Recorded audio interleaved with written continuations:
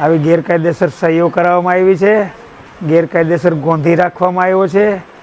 મને taluka police station, A division police station અને Sultanpur police સ્ટેશને તદ્દન વાહિયાત ગુનાઓ સ્ક્રિપ્ટ ઊભા કરીને એક ખોટી રીતે ભાઈ. હાલ તમે સારવારમાં છો, કોઈ આ તો ઉપર ફરિયાદ કરી છે કે નસીબ શું? સારું કહેવાય કે હું તો હિપેટાઇઝનો